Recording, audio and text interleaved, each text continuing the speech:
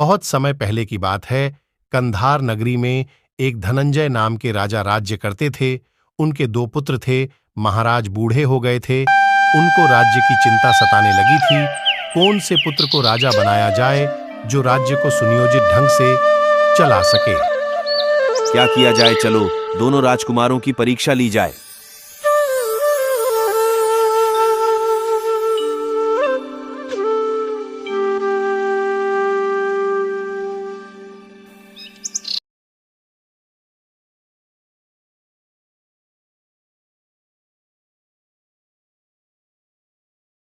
महाराज की जय हो। महाराज, क्या काम है? मेरा एक सवाल है, उसका सही सही जवाब तुमको देना है।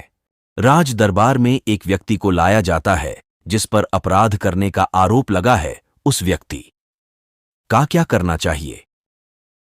महाराज, उस व्यक्ति को कारागार में डाल देना चाहिए या मृत्युदंड देना चाहिए। यह सब तत्काल होना चाहिए। ठीक है बेटा, अब मैं इस पर विचार करूंगा। प्रणाम पिताश्री, क्या काम है? मुझे बुला लिया होता। मेरा एक सवाल है, उसका सही सही जवाब तुमको देना है। राज दरबार में एक व्यक्ति को लाया जाता है जिस पर अपराध करने का आरोप लगा है। उस व्यक्ति का क्या करना चाहिए? महाराज, मेरे विचार से कोई कार्य बिना सोचे समझे नहीं करना चाहिए। पहले उस व्यक्ति के बारे में अच्छी तरह से जांच पड़ताल की जानी चाहिए। फिर यदि वह व्यक्ति दोषी पाया जाता है तो नियमानुसार सजा देनी चाहिए। यदि वह व्यक्ति निर्दोष पाया जाता है तो उससे क्षमा मांगकर मुक्त कर देना चाहिए। महाराज, मैं आपको एक कथा सुनाता हूं। एक राज्य के राजा ने जल्दबाजी में ऐसी गलती की थी। एक नगरी में एक राजा रहता था। उसका एक पालतू तोता था। तोता उस राजा के लिए खास था। महाराज, मुझे काफी समय हो गया है अपने माता पिता से मिले हुए। मेरा उनसे मिलने का बहुत मन कर रहा है। यदि आप मुझे कुछ समय का अवकाश दे दें तो मैं उनसे मिलकर आ जाऊं। जाओ तोता, लेकिन एक बात याद रखना, तुम एक सप्ताह में वापस आना होगा। आज मुझे पूरे 6 दिन हो गए हैं। अब महाराज के पास जाना चाहिए, लेकिन मैं खाली हाथ क्यों जाऊं? कुछ न कुछ तो उपहार के जाना चाहिए। पास में ये अमृत फल है, इसी को उपहार में ले जाना चाहिए। इसे तोड़ता हूं।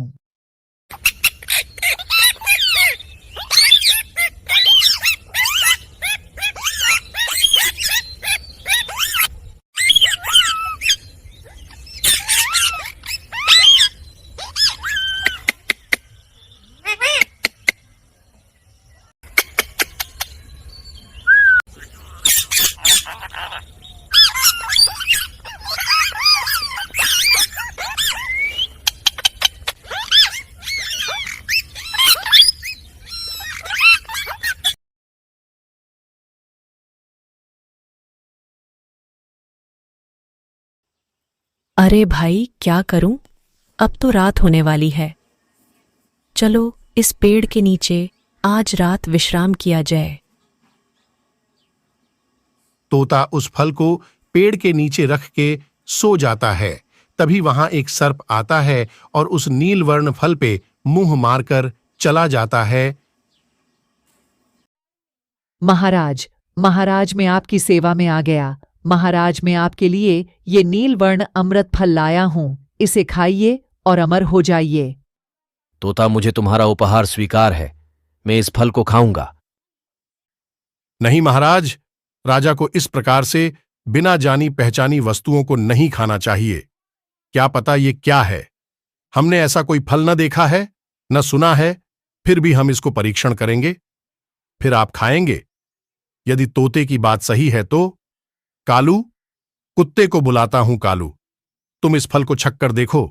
देखा महाराज, कुत्ता मर गया। इस फल में जहर था। सेनापति, जाओ इस जहरीले फल के साथ इस तोते को भी जिंदा गाड़ दिया जाए, महल के पीछे के बगीचे में। नहीं महाराज, इसमें कोई जहर नहीं है। मैं निर्दोष हूँ, मुझे माफ कर दीजिए। महाराज, मुझे माफ कर दीजिए। मैं निर्दोष हूँ, मैं निर्दोष हूँ, मैं निर्दोष हूँ। हे बूढ़े आदमी, रुक जाओ। उस पेड़ की तरफ मत जाना। उस पेड़ के फल जहरीले हैं। महाराज ने इस पेड़ के फल न खाने की घोषणा की है। सावधान, उसके फल मत खाना। मेरा क्या है सेनापति जी, मैं तो बूढ़ा हो चुका हूं। अब जीकर क्या करूंगा?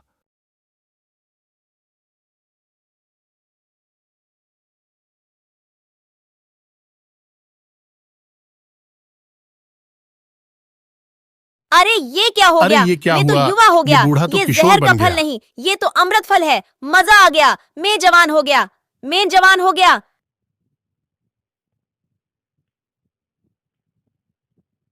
महाराज गजब हो गया।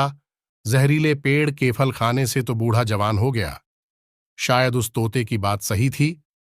महाराज वह अमृत फल ही हैं। हमसे बहुत बड़ी जल्दबाजी में हो गई है। तोते ने सच कहा था कि ये अमर फल है। हमको अपने पापों का प्रायश्चित करना होगा। हम तोते की मौत के गुनहगार हैं।